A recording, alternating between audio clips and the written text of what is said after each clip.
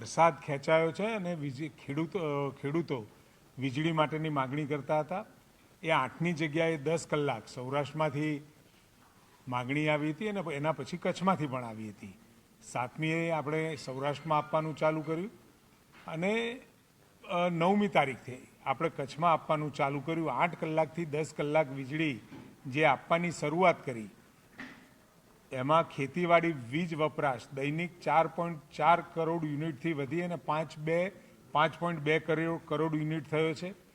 આ નિર્ણયથી 12 લાખ ખેતીવાડી કૃષિ વીજ જોડાણોને લાભ મળ્યો છે.